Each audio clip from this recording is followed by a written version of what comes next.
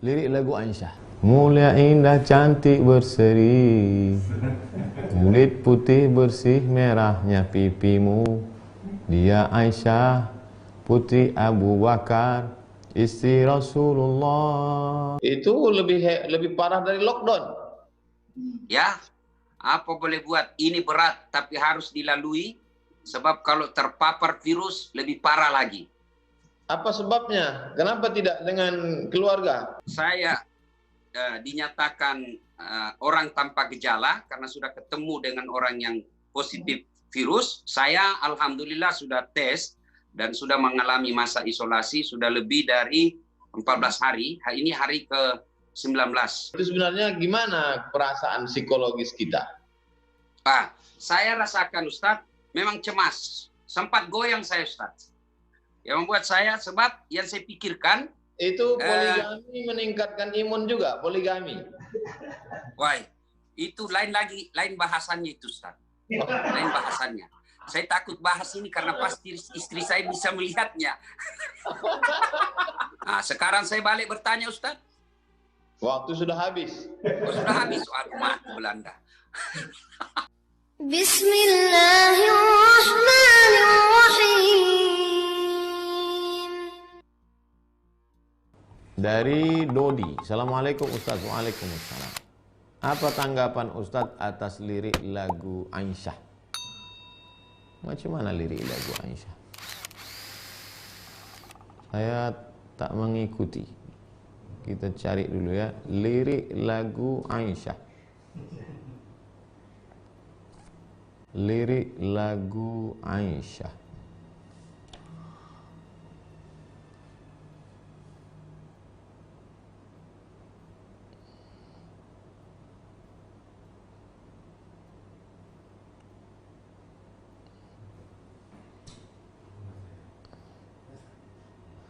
Lirik lagu Aisyah.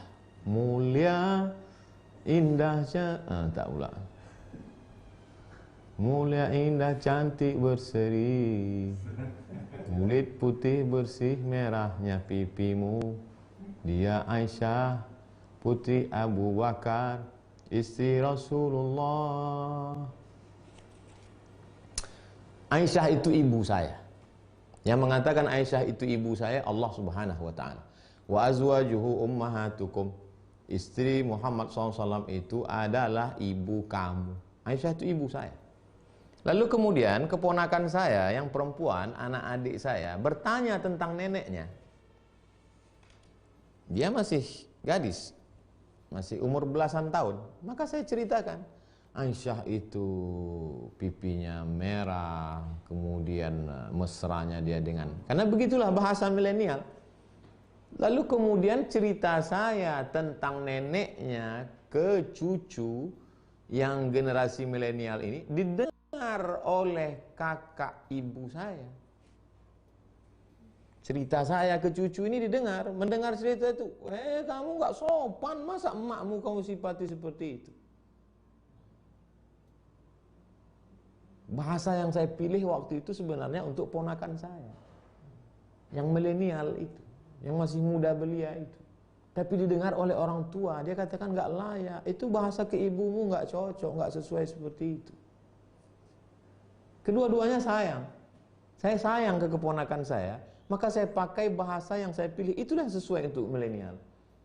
Saking sayangnya saya tidak mau cucunya ini lupa pada neneknya.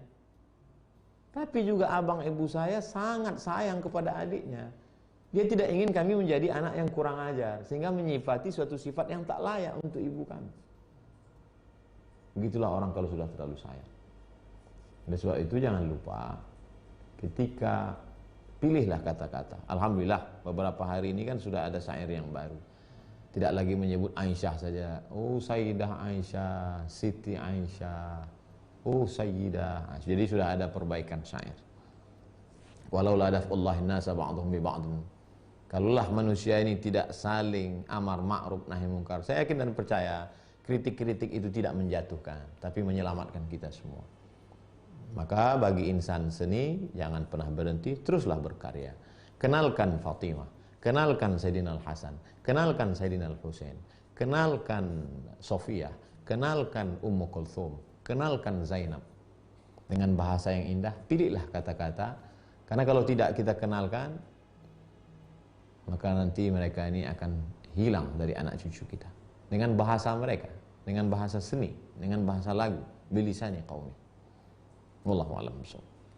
Kita break sejenak, jangan kemana-mana, jangan beranjak dulu, karena kita akan bersama dengan Dr. Das'ad Latif sesaat lagi. Terima kasih. Wassalamualaikum warahmatullahi wabarakatuh.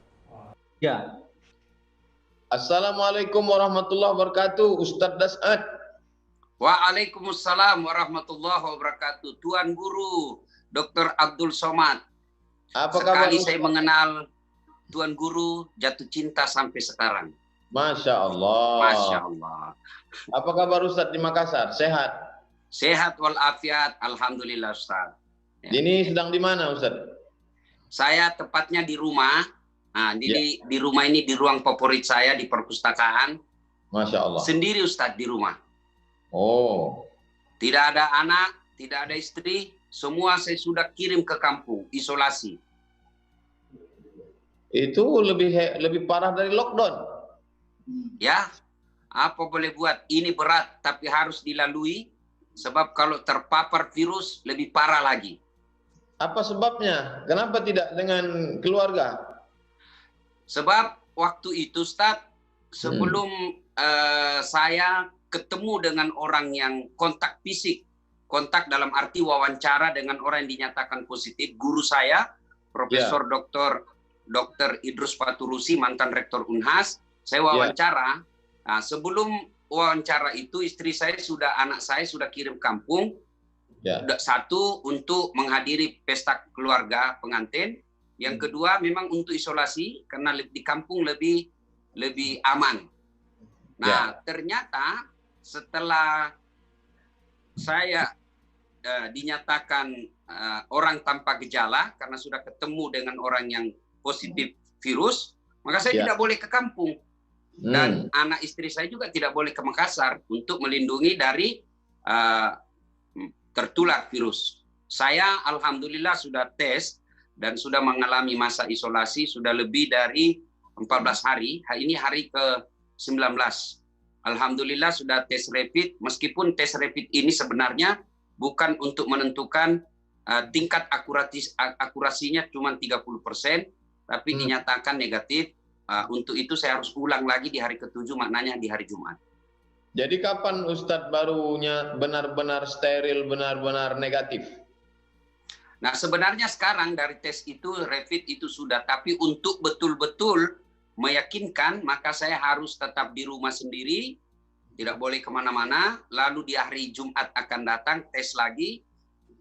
Saya diberitahu oleh dokter bahwa kalau tetap hasilnya masih negatif, alhamdulillah Ustadz betul-betul bersih dari virus dan sudah terbentuk imunitas dalam diri yang baik.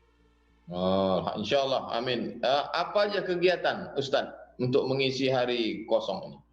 Alhamdulillah, saya merasa selama ini menemukan jati diri saya puluhan tahun yang lalu zaman kos-kos. Masya Allah. Alhamdulillah. Karena kita kan harus menjaga daya tahan tubuh. Hidup saya merasa alhamdulillah selama ini hidup saya betul-betul untuk diri saya.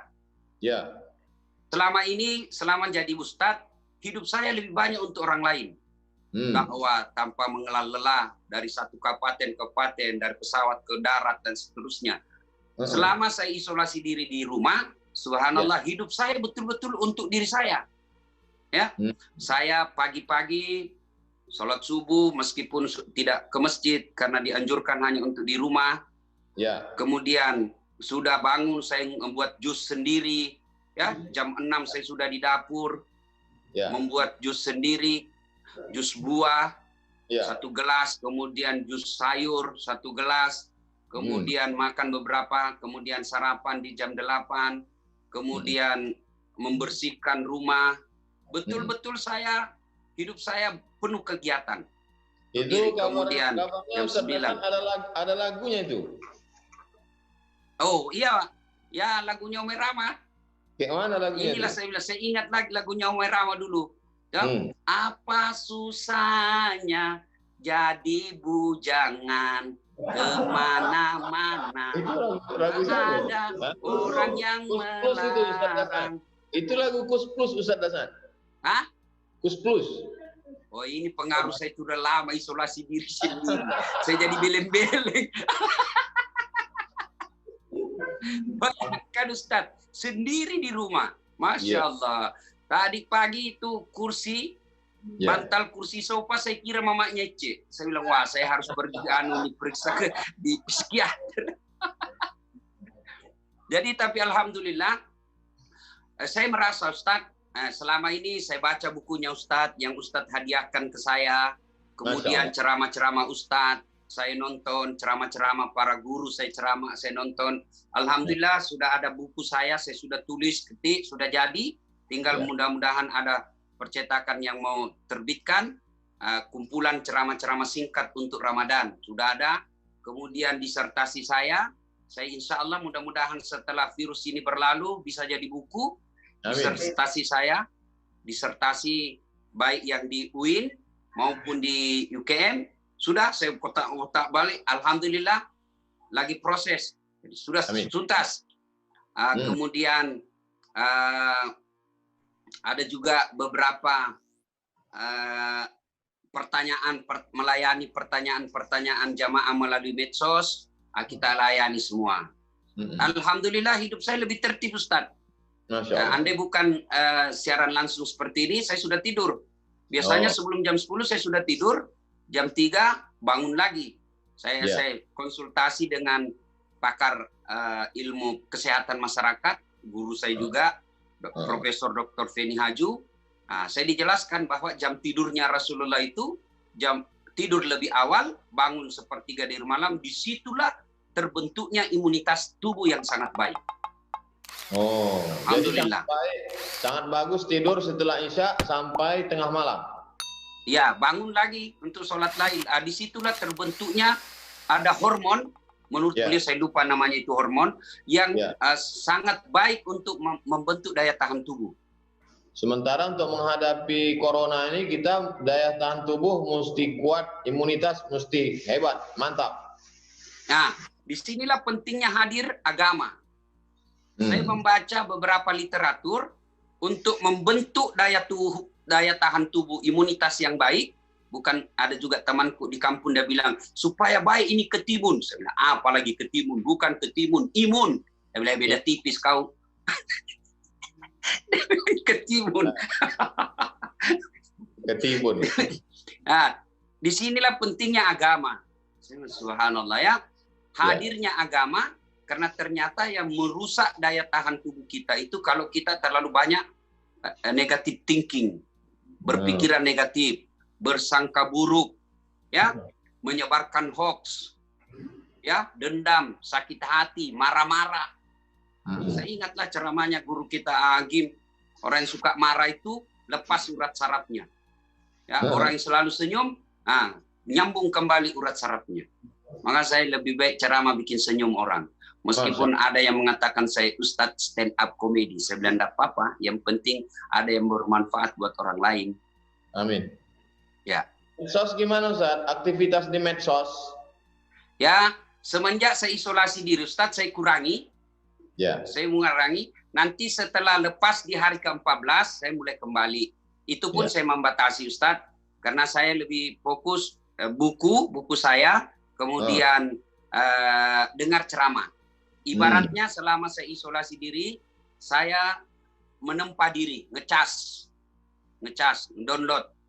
Untuk persiapan selesai virus ini, baru lahir kembali.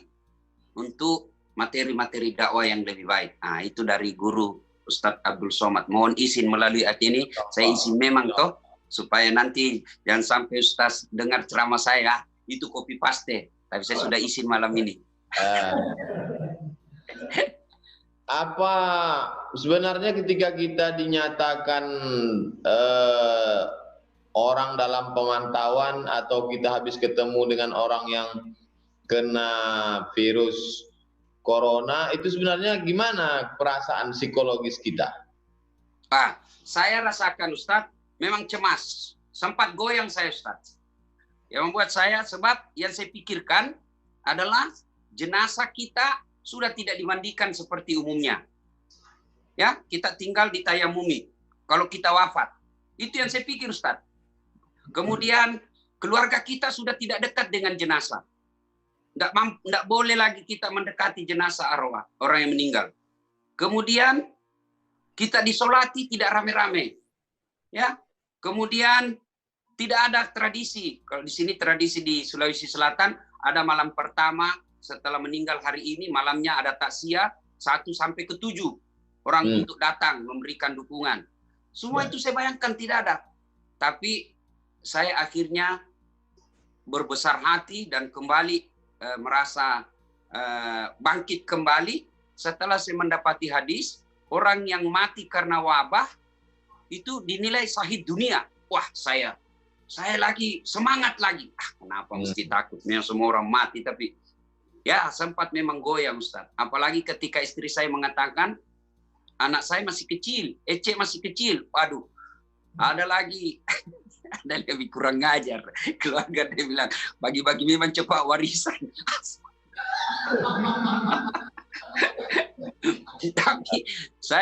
Tapi yang membuat saya semangat, Ustaz, gini. Saya pikir kalau saya terpapar, pasti di hari 1 sampai ke 7 sudah ada gejala. Minimal saya demam, atau batuk, atau tenggorokan saya. Tapi semua gejala-gejala yang disampaikan itu tidak ada. Jadi saya confidence, ya, alhamdulillah. Tapi tetap berdoa, ya, tetap berusaha membangkitkan daya tahan tubuh. Yang saya lakukan itu ya makan sesuai yang dulu diajarkan masuk kita SD, 4 sehat 5 sempurna. Nah, bahkan ini saya ketawa-ketawa sendiri di rumah. Waktu kita dulu kecil di kampung kan dibilang tahun 2020 nanti kita akan melihat mobil terbang. Ya, kita akan melihat lagi bukan lagi kendaraan di aspal, tapi kendaraan di atas udara lagi, mobil terbang. Tapi ternyata di 2020 ini baru kita diajari bagaimana cara mencuci tangan yang benar. Apa aja yang memotivasi, yang membangkitkan semangat kita, andai kita pada posisi orang yang terkontaminasi, terkena virus ini, apa yang kira-kira membuat kita punya semangat hidup, Ustaz? Yang pertama, kalau saya hindari medsos. Karena banyak postingan-postingan di medsos itu yang mengeri. Ya, baru saja meninggal, disisirkanlah ini. Jadi pikiran kita lebih banyak yang negatif, ngeri-ngerinya. Jadi jalan pertama, tutup medsos. Kalau mau dapat informasi, cari informasi yang kompeten. Karena sekarang saya melihat kita perlu belajar dari, mohon maaf Tuan Guru, binatang. Ini binatang ini tidak pernah mengambil alih tugasnya orang lain, binatang yang lain. Sampai sekarang ini kambing tidak pernah menggonggong. Dia profesional. Sampai sekarang ini kucing tidak pernah mengembek. Tidak pernah ngambil materinya orang. Sekarang ini kita lihat di medsos, dia bukan ulama, bicaralah tentang fikih. Seolah-olah dia paling hebat dari orang yang belajar dari Mesir, dari Madinah. Padahal dia belajar di medsos baru 2 hari. Ya, dia tidak pernah sekolah kesehatan, tapi seolah-olah dia kuasai ini virus ini. Supaya menghindari semua informasi yang bias ini, maka cara saya lakukan tutup medsos. Kalau ada keterangan yang saya perlukan, telepon langsung ahlinya. Yang berikutnya, gizi. Ya, gizi. Tapi gizi yang dimaksud. Masalah gizi ini orang kan susah mendapatkan makanan karena dia sedang diisolasi. Tapi Ustaz Dasan kan pandai masak ya, ini enaknya ya. Oh, saya pandai masak, Ustaz. Pandai masak. Ada sambal saya, Ustaz. Saya yakin Pak Ustadz, Tuan Guru nanti kalau datang dan kita ketemu saya bikin, sekali merasakannya pasti bertanya, apa resepnya ini? Masya Allah. Orang Sulawesi bilang nasu talu-talu. Oh. Makanya biasa istri saya itu melapor sama mama saya di kampung. Dia bilang itu, Ustadz, tidak pernah saja dia mau diurus. Makan pun masakannya aja yang dia rasa enak. Karena saya kalau di rumah Ustaz masak sendiri memang. Masya Allah. Jadi istri kadangkala merasa, kenapa tidak masak masakan saya? Karena selera saya yang tahu. Nah, meskipun makan pagi-pagi, ya memang saya alhamdulillah karena dulu 11 tahun saya ngekos di Jalan Harimau. Masak sendiri. Nah, itulah. Ustadz juga ada lagunya, tapi lagunya Aisyah. Saya menikmati Ustadz menyanyi, saya menikmati. Kalau saya Ustadz spesialis Romai Rama. Masya Allah. Spesialis Romai Rama. Apa lagu Bang Roma yang cocok untuk musim corona ini? Ya, lagu Begadang Jangan Begadang. Oh. Karena salah satu penyebab turunnya Imun. stamina, daya tahan tubuh begadang. Yeah. Makanya Ome Rama dari dulu sudah ditemukan oleh Ome Rama ini. Begadang jangan begadang, kalau tiada artinya. Begadang boleh saja, kalau ada perlunya. Ada lagi di situ. Kalau terlalu banyak begadang, mata pucat, karena darah berkurang. Bila sering kena angin malam, segala penyakit akan mudah datang. Coba, bila sering kena angin malam, segala penyakit akan mudah datang. Darilah itu, sayangi badan, jangan begadang setiap malam. Itu Ome Rama sudah temukan puluhan tahun yang lalu. Lagunya Ome Rama. Kalau lagu anak-anak sekarang kan lagunya kajili-jili, beleng-beleng. Pulang-pulangku berbadan dua. Hancur. Ya Ustaz. Sekarang ya. Ini kan jadwal Ustadz banyak sekali yang dari tanggal 15 sekarang sudah tanggal 6. Berarti sudah 21 hari. Jadi gimana jadwal-jadwal yang banyak ini? Semua saya cancel Ustadz. Setelah kita setelah konsultasi dengan Tuan Guru Ustadz Abdul Somad, saya sejak itu semua saya hubungi. Saya hubungi untuk membatalkan, tentu dengan dalil-dalil ya. Copy paste dalilnya Pak Ustadz. Nah, dalam arti bukan dibatalkan, tapi ditangguhkan untuk kesepakatan panitia kapan yang akan dilanjutkan. Termasuk ada beberapa acara saya yang sifatnya memang saya tunggu-tunggu tapi akhirnya tidak jadi.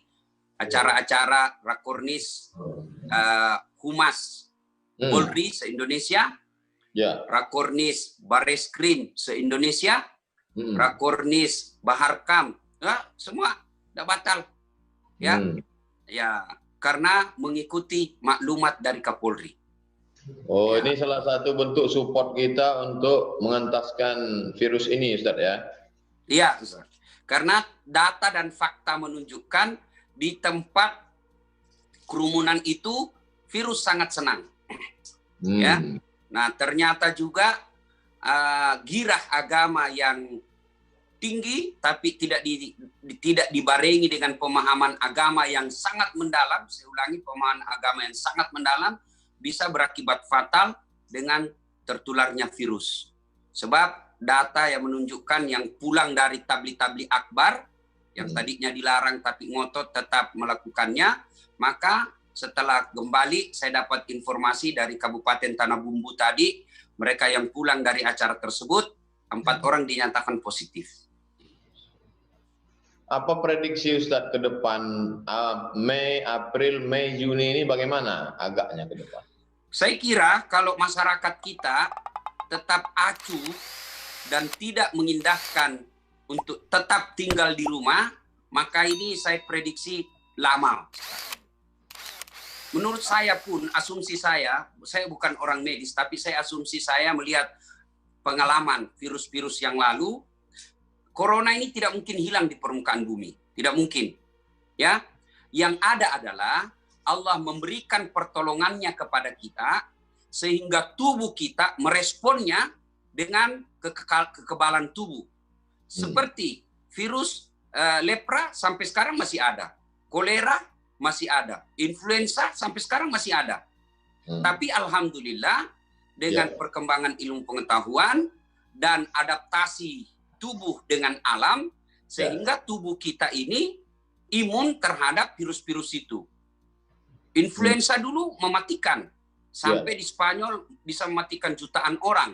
Tapi sampai sekarang influenza masih ada. Maka corona ini sepertinya tidak akan hilang di muka bumi.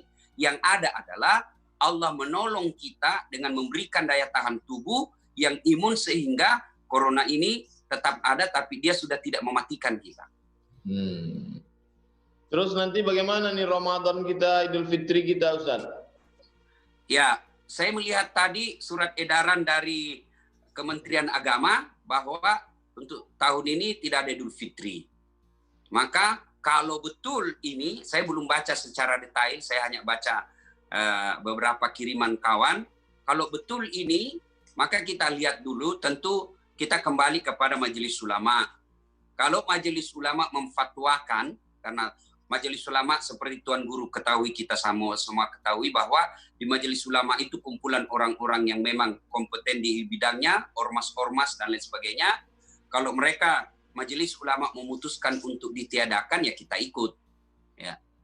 Apalagi kalau memang fakta dan datanya menunjukkan bahwa memang belum bisa diatasi, maka kita mengikutinya. Apa saja yang membuat imun kita ini kuat, pertahanan tubuh kita ini kuat sehingga bisa kebal dari corona ini? Saya kira Allah menyediakan semua itu dengan sangat murah. Satu, kalau dulu pemahaman kita menganggapnya bahwa sumber vitamin C yang paling baik itu kan dari jeruk. Ya.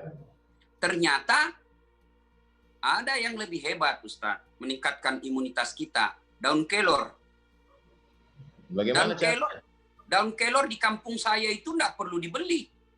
Ya. Masjid saya di kampung itu pagarnya daun kelor. Orang pulang sekarang baru manfaat. Depan rumah saya juga ada daun kelor. Nah, orang lewat ambil. Nah, murah. Coba kalau obatnya adalah buah pir. Mahal kan? Susah kita. Susah kita ini orang miskin. Kalau anunya adalah anggur. Atau kurma ajwa. Wih, repot kita. Mahal itu. Kemudian itu poligami meningkatkan imun juga, poligami. Wah, itu lain bahasannya itu, Ustaz. Lain bahasannya. Saya takut bahas ini karena pasti istri saya bisa melihatnya.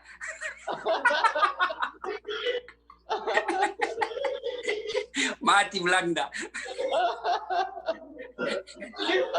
Jadi ada lagi, Ustaz, murah. Itu jagung dan ubi. Itu ternyata jagung dan ubi karbohidratnya sangat baik untuk meningkatkan daya tahan tubuh dibanding nasi.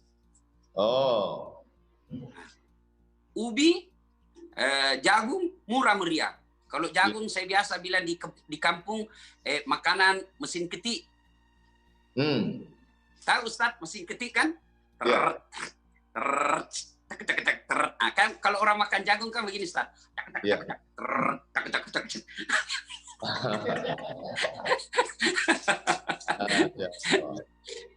Kemudian madu, Ustaz. Yang saya lakukan selama ini, pagi sebelum segalanya masuk, air jahe hangat saya minum. Kemudian sebelum nasi, jus sayur, kemudian minum vitamin, kemudian apa lagi? Madu, campur madu. Itu kemudian setiap 30 menit minum air hangat. Target 2 liter. Cuma ya repotnya kencing-kencing. Nah, saya konsultasi ke dokter, saya gampang sekali keringatan. Termasuk saat ini saya sangat keringatan. Nah, saya tanya dokter, itu kalau orang sudah keringatan menunjukkan bahwa metabolisme tubuh baik. Dan ternyata juga menurut para pakar, virus ini senang di tempat-tempat lembab. Nah, ada juga saya baca postingan bahwa kenapa di Eropa banyak sekali, karena melihat ternyata orang-orang yang kena ini adalah menengah ke atas lebih banyak karena rentan menggunakan AC. Oh. Nah, di tempat-tempat lembab. Maka kalau bisa pada mereka yang orang dalam pengawasan atau pasien dalam pengawasan, kalau mampu tidak pakai AC, sebaiknya tidak pakai AC. Kemudian tetap ikuti anjuran WHO, pakai masker, jaga jarak, setiap saat cuci dengan air yang mengalir. Nah, ini yang repot Ustadz, masker. Ini kajian kita orang beragama. Banyak yang menimbun ini masker. Ini saya beli 86.000 satu. 86.000 timbun oleh mereka. Banyak memang anak bangsa juga ini yang tidak punya Pancasila, tidak punya kesetiaan sosial. Bayangkan dia orang sudah berduka, dia timbun, dia jual mahal-mahal. Padahal dia tidak sadar itu bagaimana dia dapat harta. Kok dapat untung yang banyak tapi tidak berkah. Akhirnya kalau harta yang dia dapat tidak berkah, istrimu selingkuh, anakmu narkoba. Nah ini Ustaz, ini satu kita pakai. Nah, seperti ini Ustaz. Kemudian, ini kan susah dapatnya Ustaz. Ada uang tapi tidak ada. Bayangkan kakak saya, pegawai rumah sakit, para medis, nelpon ke saya minta masker. Saya bilang, loh, kenapa kok orang rumah sakit minta ke saya? Tidak ada di rumah sakit. Bayangkan. Nah, caranya ini dipakai berkali-kali. Keluar rumah, cara saya kalau saya kasih orang yang kerja sama saya pakai. Pagi pakai, malam sebelum tidur rendam air sabun. Rendam, sudah 1 jam rendam, gantung. Kering, besok pakai lagi. Karena kalau ada virus yang tersisa di sini, direndam air sebenarnya itu virus, sudah innalillah. Sudah mangkat dia. Ya. Nah, maka direndam saja. Sudah itu pakai lagi.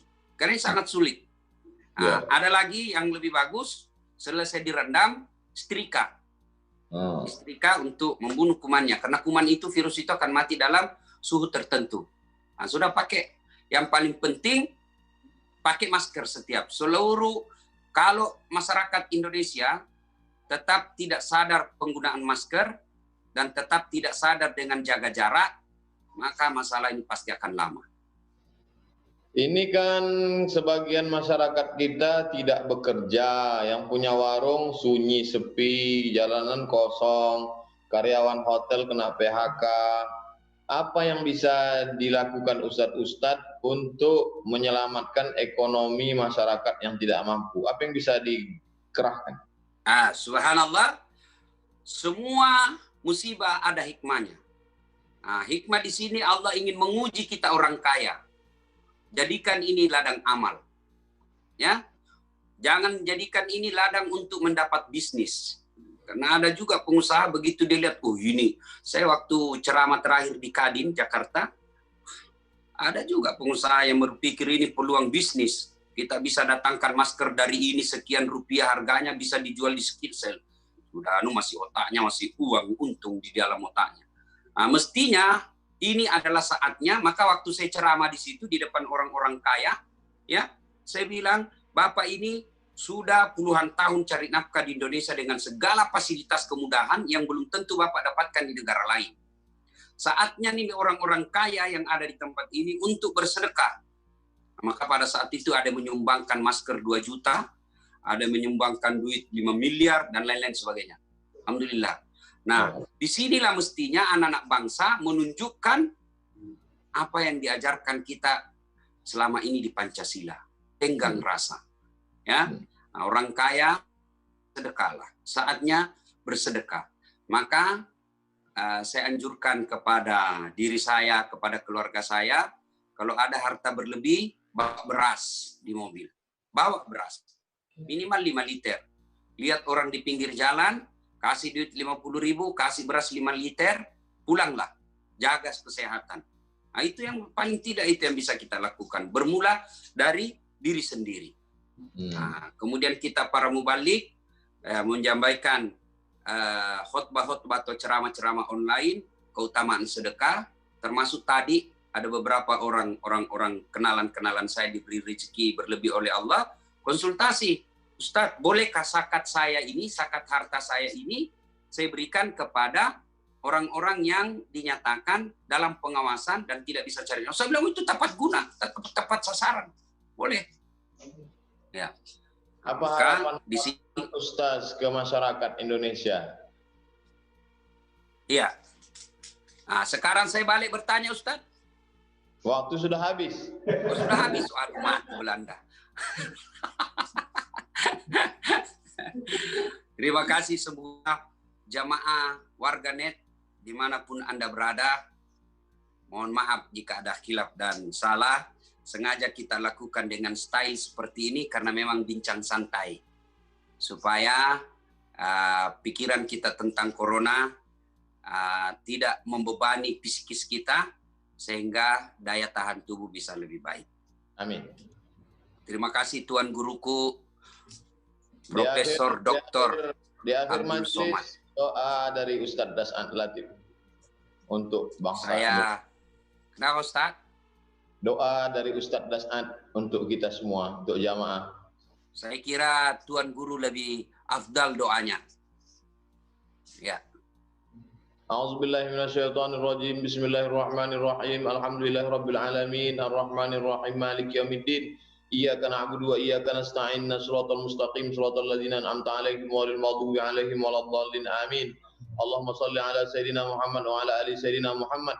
Allahumma syrah sudurana, lapangkan hati kami ya Allah. Amin. Allahumma nawwir qulubana, terangi hati kami binuril iman, dengan cahaya iman. Kama nawartal arda binuri syamsika wa qamarika abadan abada. Sebagaimana kau terangi siang dengan matahari, malam dengan rembulanmu selamanya ya Allah. Allahumma inna, tolong kami. Allahumma anta maulana, engkau saja yang dapat menolong kami. Hasbunallahu wa ni'mal wakil, ni'mal maula wa ni'man nasir. Engkau lah sebaik-baik penolong ya Allah. La haula wa la quwata illa bik, tiada daya tiada upaya kecuali hanya dengan engkau saja ya Allah. Allahumma dafa'anna al-ghala wal waba wal fahsya wal riba wal zina wal munkar.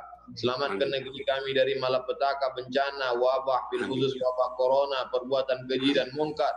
Allah mawaffiq ulata umurina, pemimpin-pemimpin kami, condongkan hati mereka agar mengambil keputusan yang terbaik untuk menolong kami ya Allah. Amin. Allahumma ansurna 'alal qaumil fasiqin. Tolong kami menghadapi orang-orang yang fasik. Wansurna 'alal qaumil kafirin. Bantu kami menghadapi orang kafir. Wansurna 'alal qaumil zalimin. Tolong kami menghadapi orang yang zalim ya Allah. Allahumma mla qulubana bi faidil imani bik. Penuhi hati kami dengan limpahan iman dan keyakinan yang kuat ya Allah. Allahumma qasim lana min khasyatika ma tahulu bainana wa baina ma'asik. Tanamkan rasa takut dalam hati kami, dengan rasa takut itu menjadi dinding antara kami dan perbuatan maksiat. Wa min ta'atika ma tuballighuna bihi jannatak. Tanamkan rasa taat dalam hati kami, dengan ketaatan itu kami mendekat dengan amal-amal yang membuat kami dekat ke surgamu ya Allah. Wa minal yaqini ma yuhawwinu bihi alaina masa'ibad dunya. Tanamkan keyakinan dalam hati kami, dengan keyakinan itu terasa ringan segala musibah yang terjadi di dunia ini ya Allah. Allahumma ja'alil hayata ziyadatan lana fi kulli khair. Kalau kau takdirkan kami masih hidup, hidupkan kami supaya kami dapat beramal saleh.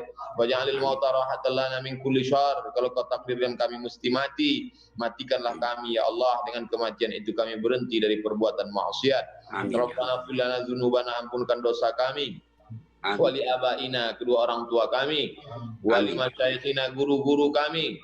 Bil khusus Fadilatul Dr. Das'ad Latif, guru kami Ustaz Das'ad Latif. Allahumma sahih jasadahu, sehatkan badannya.